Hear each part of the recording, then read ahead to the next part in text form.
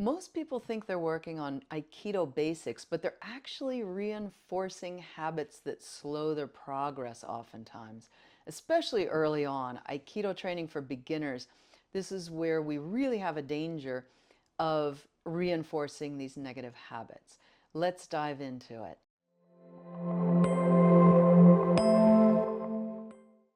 So today I want to go over 3 main points when it comes to Aikido basics. I want to tell you 3 things that most students in the beginning of their training are getting wrong, and it's going to slow down their progress.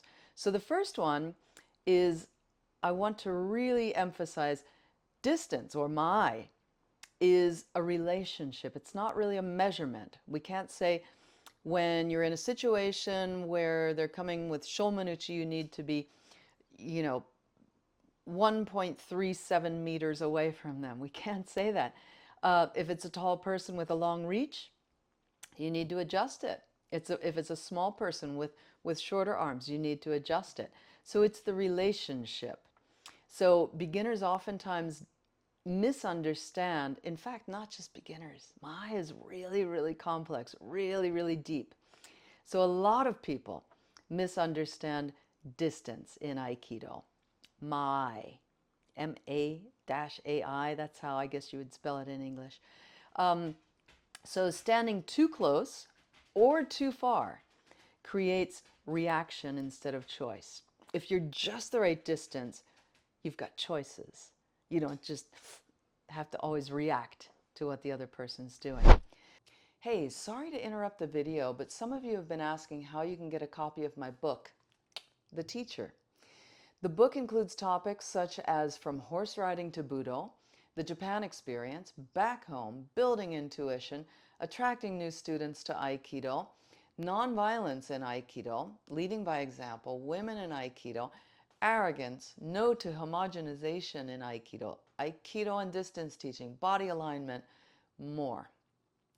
If you haven't yet purchased it and you'd like to, just head to leah-suzuki.com/book, or you can find that link in the description here on YouTube. The book is available in English and Italian. If you want it in Italian, you've got to go to Amazon. There's plenty of really cool photos. There's me when I first started Aikido, even before I got to Boston, which is where my first teacher is.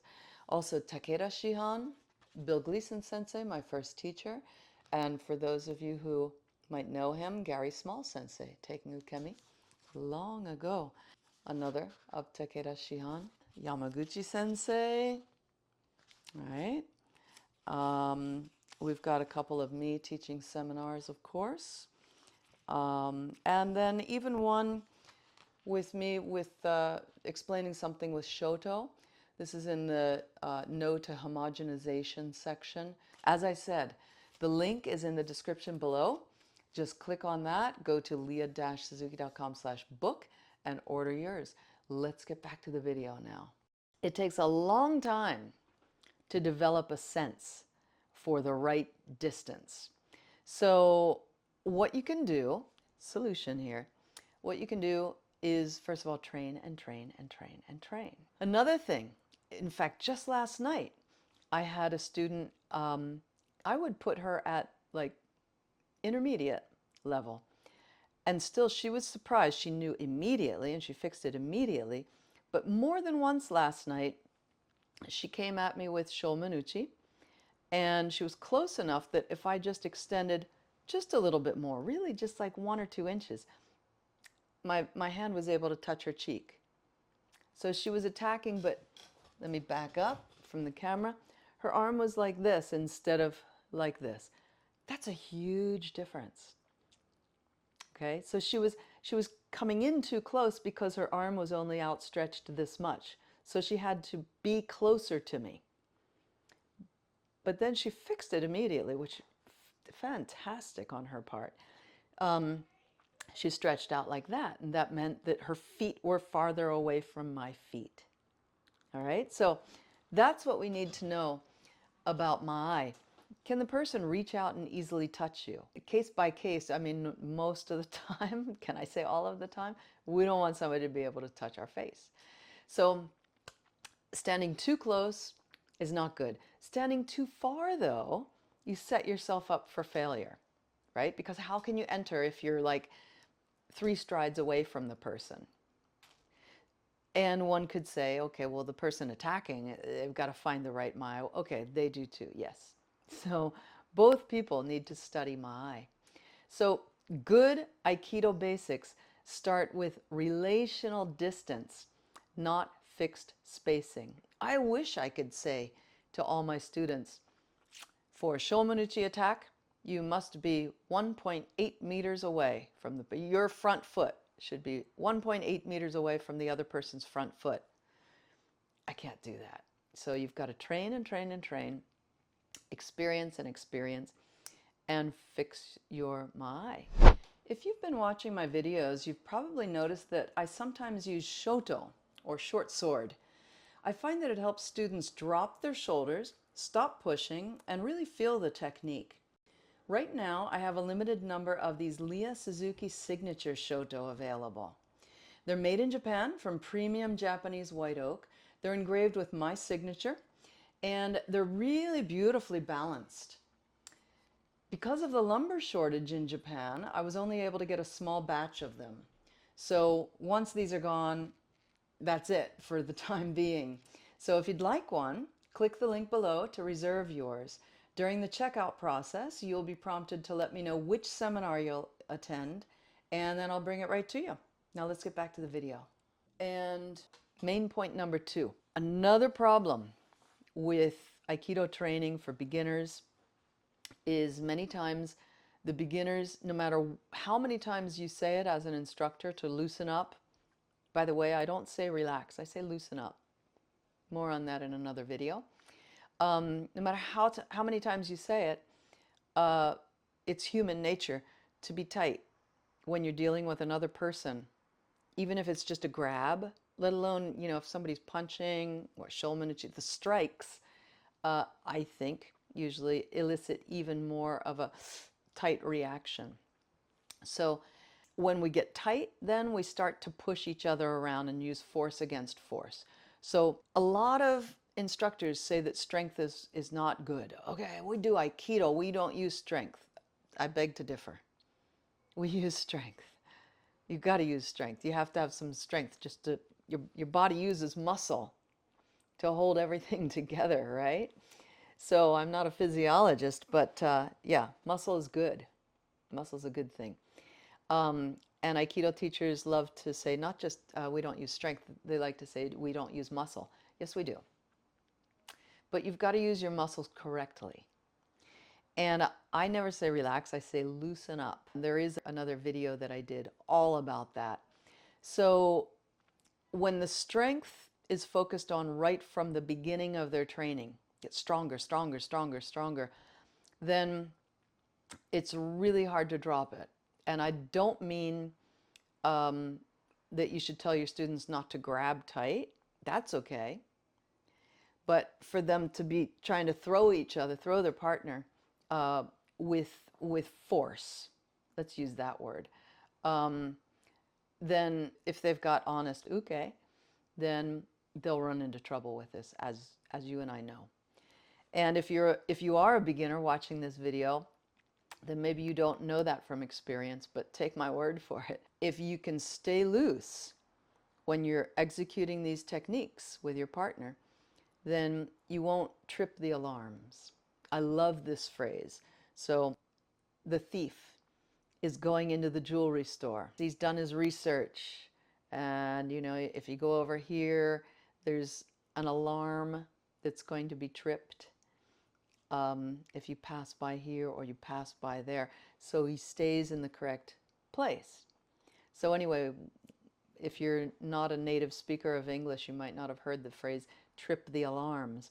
If you trip the alarm, that means that you stepped in the wrong place in the jewelry store, and now the police have been notified they're on their way.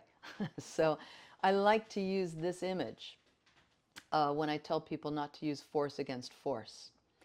So if you are tight and you touch somebody, oh my gosh, how does that feel? It doesn't feel the same as if you go, hey buddy, how you doing? When you meet your friend, You can slap them on the shoulder. You give somebody a hug and pat them on the back. If you're tight and patting them on the back, how would that feel? And would they cooperate with you? They'd be less likely to move smoothly with you. Even if it's subconscious. You know, they don't need to make a conscious effort to brace against you, but you just did that. You elicited this resistance. So anyway, the looser you can keep yourself while you're learning these techniques and gaining muscle memory for the techniques, the more likely you are to have success moving your partner and ultimately throwing your partner or pinning them or whatever. So when you're learning the Aikido fundamentals, this is when we need to focus on not using force, but rather loosening up. And I myself, if I have to choose, most students, I'd say most students over 30, because there is a difference when you're teaching somebody who's like 22, 18, 22. That's so different even from 30, 32. Let alone so many Aikido dojos have people starting in their 40s, 50s, and 60s. Bless their hearts. Kudos. If you have a beginner in your dojo that's like over 30, then I try to get them to focus on their flexibility for the first few months. I don't even care about strength. I don't tell them to hold tight, because usually then the shoulder tightens up. You can even see it go up when they do it usually. So I don't mind, like, kind of, what do they call it in a handshake? Like a limp fish or something like that, I think the expression might be. I don't even mind that kind of grab the first few months of Aikido. And then I gradually have them ramp up the strength of their attack and their grip. As far as throwing, I just want them to stay loose and loose and loose. I mean, that's an endless pursuit. Again, loose is not to be confused with weak. So we can be strong and loose at the same time. And I've said on some other videos of mine, just look at a professional baseball player, somebody who's really good at batting. That's a lot of strength that they're coming at the baseball with their bat. A lot of strength, but boy, they're loose, or the pitcher for that matter. I'm not really that much of a baseball fan, but I can really appreciate that when I happen to see some clips of a baseball game. So stay loose and then gradually build strength without compromising that looseness, so that you can become a 4th dan, 5th dan, 6th dan, 7th dan who's got some fluidity in their movement. Then when you remove the tightness, you can continue improving your timing and your connection. So if you're tight, then timing and connection are always going to suffer. So again, the baseball batter, so loose. And his timing, who would argue that timing is not important for a baseball batter? So really, really, really work on your flexibility in the beginning.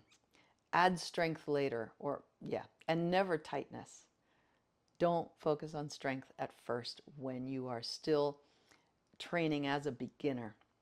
And by the way, beginner.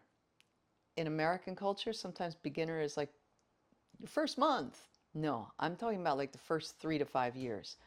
So I'll have to make another video about the fact that Shodan, or the first degree of black belt, translates to beginner level. So you're finally recognized as a beginner when you get your first black belt. So anyway, I digress. Back to the main points. The third main point is collecting techniques. Oh, I did this technique. Oh, I did that technique. Oh, I did this. I want to learn more cool moves. No, keep doing some of the basic ones.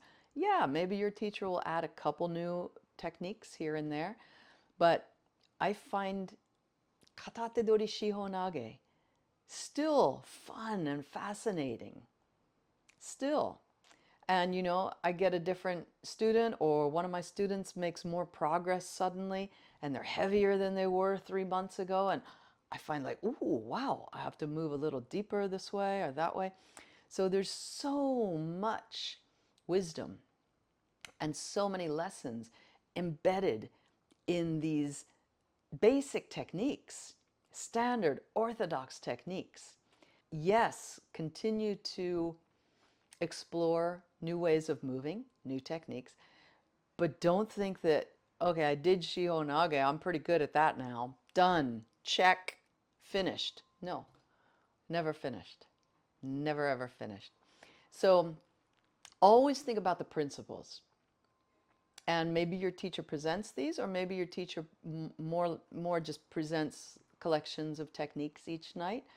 Either way is fine.